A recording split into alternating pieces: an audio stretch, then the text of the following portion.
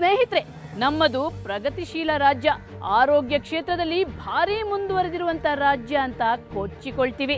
ಆದ್ರೆ ಅದೆಲ್ಲ ಸುಳ್ಳು ಅನ್ನುವಂಥದ್ದು ನಮ್ಮ ಸರ್ಕಾರಿ ಆಸ್ಪತ್ರೆಗಳಲ್ಲಿ ನಡೆಯುವಂಥ ಸಂತಾನಹರಣ ಶಸ್ತ್ರಚಿಕಿತ್ಸಾ ಶಿಬಿರಗಳಲ್ಲಿ ಸಾಬೀತಾಗುತ್ತೆ.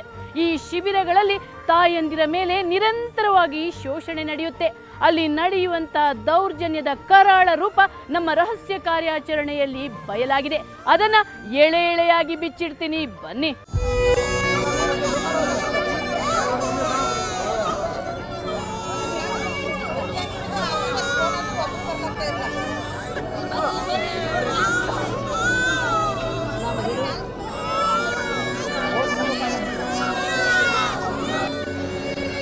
ಈ ಮುದ್ದು ಕಂದಮ್ಮಗಳು ಅಮ್ಮನ ಬರುವಿಕೆಗೆ ಮುಂಜಾನೆಯಿಂದಲೇ ಕಾಯುತ್ತಿವೆ. ಒಂದೆರಡು ತಿಂಗಳ ಹಸುಗೂಸುಗಳಂತೂ ಹೊಟ್ಟೆಗೂ ಏನು ತಿನ್ನದೆ ತಾಯಿ ಎದೆ ಹಾಲು ಇಲ್ಲದೆ ನಿರಂತರವಾಗಿ ಅಳುತ್ತಿವೆ.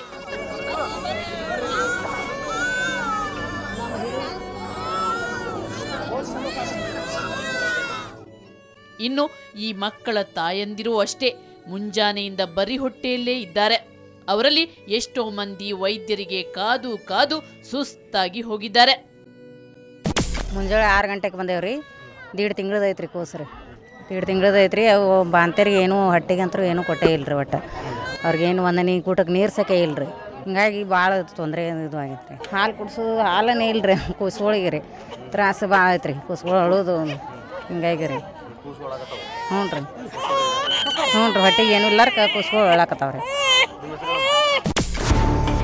ಇದು ನಮ್ಮ ರಾಜ್ಯದ ಸರ್ಕಾರಿ ಆಸ್ಪತ್ರೆಗಳಲ್ಲಿ ನಡೆಯೋ ಸಂತಾನಹರಣ ಶಿಬಿರಗಳಲ್ಲಿ ಕಂಡುಬರೋ ಸಾಮಾನ್ಯ ದೃಶ್ಯಗಳು. ಶಸ್ತ್ರಚಿಕಿತ್ಸೆಗೊಳಗಾಗುವವರು ಮುಂಜಾನೆಯೇ ಎದ್ದು ಬರಿ ಹೊಟ್ಟೆಯಲ್ಲಿ ಆಸ್ಪತ್ರೆಗೆ ಬಂದಿರ್ತಾರೆ. ಆದ್ರೆ ಶಸ್ತ್ರಚಿಕಿತ್ಸೆ ಮಾಡೋ ವೈದ್ಯರು ಸರಿಯಾದ ಸಮಯಕ್ಕೆ ಆಸ್ಪತ್ರೆಗೆ ಬರೋದೇ ಇಲ್ಲ. ಅವರು ಮಧ್ಯಾಹ್ನ 2-3 ಗಂಟೆಗೆ ಬರ್ತಾರೆ. ಅವರಿಗಾಗಿ ಕಾಯೋ ರೋಗಿಗಳದ್ದು ಮಾತ್ರ ನಾಯಿಪಾಡಾಗಿರುತ್ತೆ.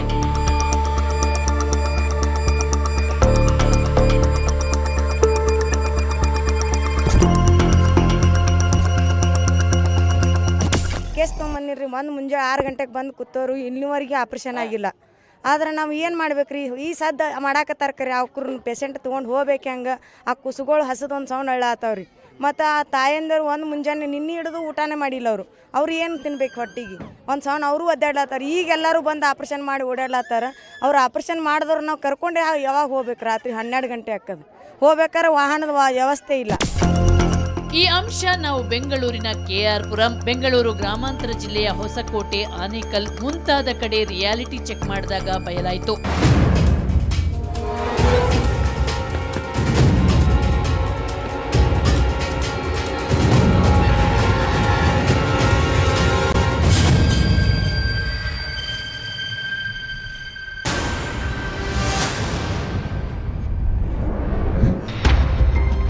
ದೂರದ ಹಳ್ಳಿಗಳಿಂದ ತಾಲೂಕು ಆಸ್ಪತ್ರೆಗೆ ಬರೋ ಗ್ರಾಮೀಣ ಭಾಗದ ಬಡ ಜನರು ಅನುಭವಿಸೋ ಸಂಕಷ್ಟನ ಹೇಳದಿರೋದೇ ಲೇಸು. ಊಟಕ್ಕೆ ಕಾಸು ಇರಲ್ಲ. ಮತ್ತೆ ರಾತ್ರಿ ಮನೆಗೆ ಹೋಗಲು ವಾಹನವೂ ಇಲ್ಲದೆ ಇವರು ಒದ್ದಾಡ್ತಿರ್ತಾರೆ. ಇವೆಲ್ಲ ನಮ್ಮ ಆರೋಗ್ಯ ಸಚಿವರಿಗಾಗ್ಲಿ ಬರೀ ಕಮಿಷನ್ಗಾಗಿ ದುಡಿಯೋ ವೈದ್ಯರಿಗಾಗ್ಲಿ ಕಾಣೋದೇ ಇಲ್ಲ ಬಿಡಿ. ಇದನ್ನ ಗೈಡ್ಲೈನ್ಸನ್ನು ನಾವು ಫಾಲೋ ಮಾಡಲ್ಲ. ಎಸ್ಪೆಷಲಿ ಕ್ವಾಲಿಟಿಗೆ ಸಂಬಂಧಪಟ್ಟಂಗೆ ಗುಣಮಟ್ಟಕ್ಕೆ ಸಂಬಂಧಪಟ್ಟಂಥ ಗೈಡ್ಲೈನ್ಸ್ನ ನಾವೆಲ್ಲೋ ಬೇಕು ಅಂತಲೇ ತಪ್ತಾ ಇದ್ದೀವ. ಯಾಕಂದರೆ ಆ ಒಂದು ಹಣದ ಆಮಿಷ ಇದ್ದೇ ಇರುತ್ತೆ ಒಬ್ಬ ವ್ಯಕ್ತಿಗೆ. 3 ನಿಮಿಷಕ್ಕೊಂದು ಆಪರೇಷನ್. ರಾಜಧಾನಿ ಬೆಂಗಳೂರಿಗೆ ಅಂಟಿಕೊಂಡಿರೋ ಕೋಲಾರ ಜಿಲ್ಲೆಯಲ್ಲಿ ಸಂತಾನಹರಣ ಶಿಬಿರಗಳು ಕರ್ಮಕಾಂಡದ ಕೂಪಗಳಾಗಿವೆ ಅನ್ನೋ ಮಾಹಿತಿ ಪಡೆದ ನಾವು ಅತ್ತ ಕಡೆ ಪ್ರಯಾಣ ಬೆಳೆಸಿದ್ವಿ.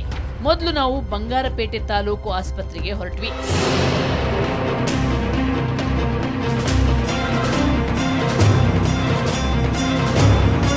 ಅಲ್ಲಿ ಜನ ಜಾತ್ರೆ ರೀತಿ ತುಂಬಿಕೊಂಡಿದ್ರು.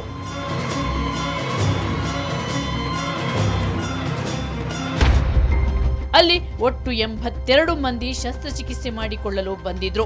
ಡಾಕ್ಟರ್ ನಾಗಮಣಿ ಹಾಗೂ ಡಾಕ್ಟರ್ ಪತ್ರೇಗೌಡರು ಶಸ್ತ್ರಚಿಕಿತ್ಸೆ ಮಾಡಲು ಮಧ್ಯಾಹ್ನ ಸುಮಾರು 2:30 ಗಂಟೆಗೆ ಬಂದ್ರು. ಇವರಿಬ್ರು ಸೇರಿ 2 ಗಂಟೆಯಲ್ಲಿ 82 ಮಂದಿಗೆ ಆಪರೇಷನ್ ಮಾಡಿ ಮುಗಿಸಿದ್ರು.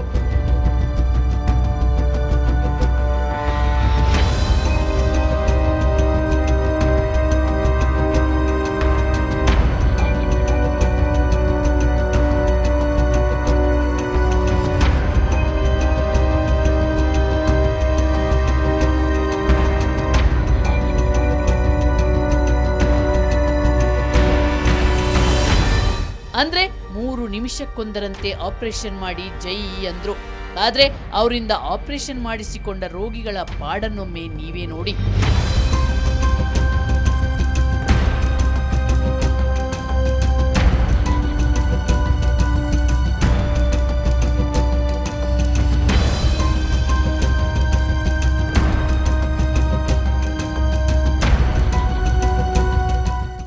ಮಲಗಲು ಬೆಡ್ ಇಲ್ಲ, ನೆಲದಲ್ಲೇ ರೋಗಿಗಳನ್ನ ಮಲಗಿಸಲಾಗಿತ್ತು. ಅವರನ್ನ ಕೇಳುವವರೇ ಇರಲಿಲ್ಲ. ಇನ್ನು ಅವರನ್ನ ಪ್ರಾಣಿಗಳಿಗಿಂತ ಕಡೆಯಾಗಿ ಅಲ್ಲಿ ಟ್ರೀಟ್ ಮಾಡಲಾಗ್ತಿತ್ತು.